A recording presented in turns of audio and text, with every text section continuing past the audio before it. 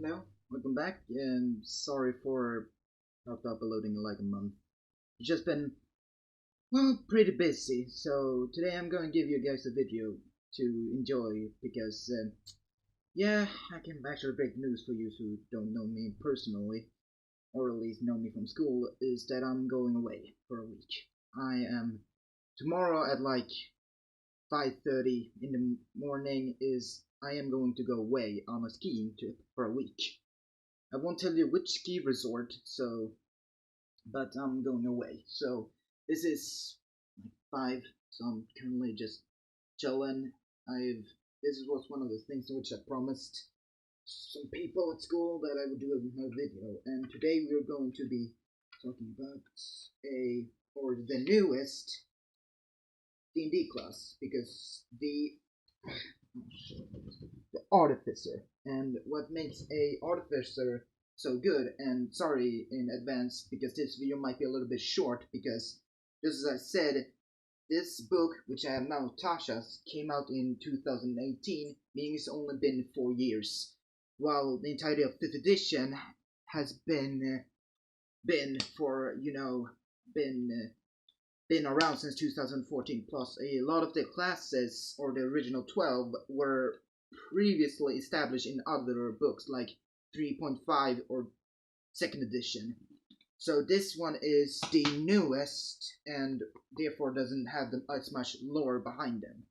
But what is an artificer? Well, an artificer is actually pretty simplest word to explain them is as a magical tinkerer. If you ever are in a D&D campaign and go into a dungeon and find a magical sword, most likely that's an artificer who made that sword. They specialize in inventions, especially magical inventions, which is why one of the funniest things which the Wizard of the Coast said is to think about the spells that an artificer knows, because yeah, they can cast spells. You're not supposed to see them as spells. You're supposed to see them as gadgets. For an example, I can give you one. So just going to be all of these. For an example, you can say Thorn Whip. Now, Thorn Whip usually means that you are creating exactly a thorn and you pull someone closer. Now you can reflavor this as, say, a grappling hook that you're pulling someone together. Let's see some shocking grasps. I see a taser. That sort of stuff. So you're not supposed to see them as spells. You're supposed to see them as inventions that your character has made. Of course, you can still have an artificer that knows magic and can cast spells, but still specialize in magical items, which is a lot of the stuff. Now, a little bit about the artificer. They are very much, actually, if you ever want to try a lot of different things, I would recommend the Artificer, because you can cast spells, you can make inventions, and you can technically fight with a sword if you don't really like spells. And they are an intelligence-based class, meaning they draw their magic on intelligence, which is very good because before intelligence was the wizard's stat. Like, nobody else uses intelligence except if you really want a very smart character. Now, they are very unique because they get the spell slots and they can only learn up to 5th level spells, which is what... So I'm just gonna change the camera. And they can sadly only learn up to 5th level spells, which is what we call in the game as half-casters only get that treatment. Meaning they aren't full casters, meaning they don't get access to full magic and can cast less than what a normal, say, a full caster would do, say, for example, a sorcerer or wizard. But instead, they have the ability, because they aren't just about magic, meaning they can do a lot of other things, or even combine their magic with whatever they were doing.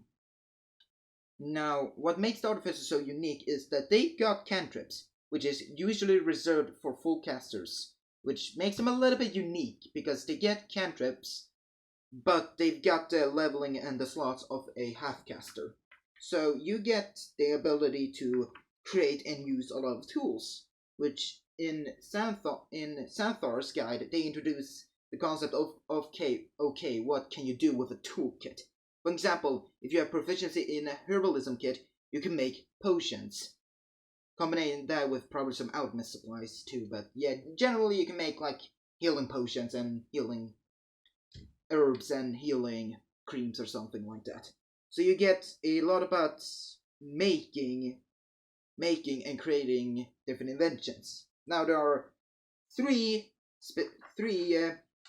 subclasses, and they are alchemist, which is a very unique. It's pretty simple. You make potions, and those for example, your first ability is literally called experimental elixir.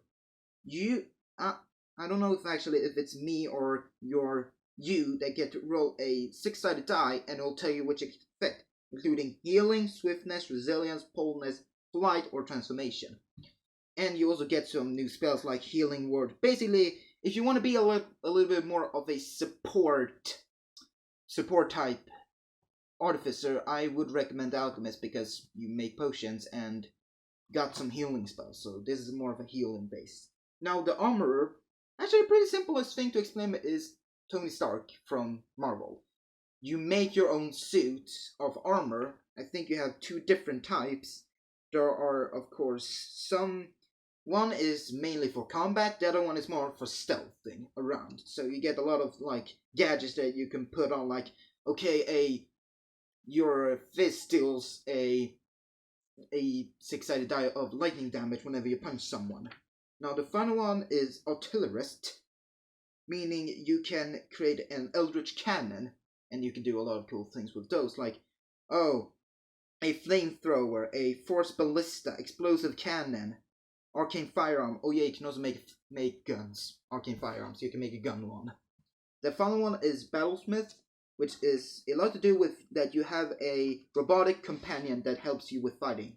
For example, in the book there is a gnome with a bear-like entity, which is basically think a bear, but it's a machine instead of a living creature. And of course they get a lot of stuff that are called infusions, which basically means they can make magic items. Sorry in case this video was a bit too short. As I just said, this is a very new class, so it only has 4 subclasses. Thanks for listening, and goodbye.